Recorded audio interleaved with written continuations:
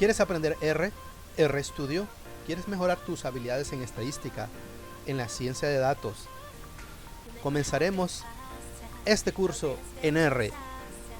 ¡Ya! ¡Vamos!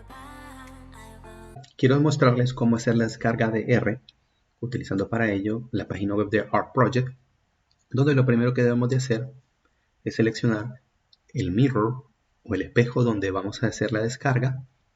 En este caso, pues, nunca he tenido problemas en utilizar cualquier página, ¿verdad? Simplemente es un espejo donde el proyecto R tiene diferentes archivos para ser dispersos alrededor del mundo, ¿verdad? Muy importante seleccionar que esto es nuestra primera instalación de R, ¿ok?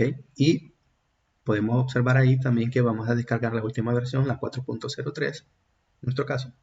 Se instala en Windows, ¿verdad? En este caso yo estoy mostrando para Windows. Muy importante también seleccionar si en una computadora 32 bits o una 64 bits, ¿verdad?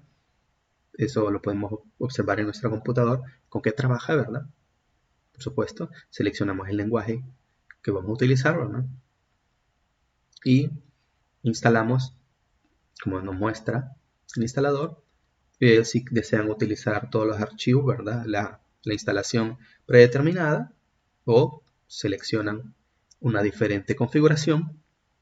Si quieren comenzar a ver el programa en el folder inicial, seleccionan también un atajo, ¿verdad?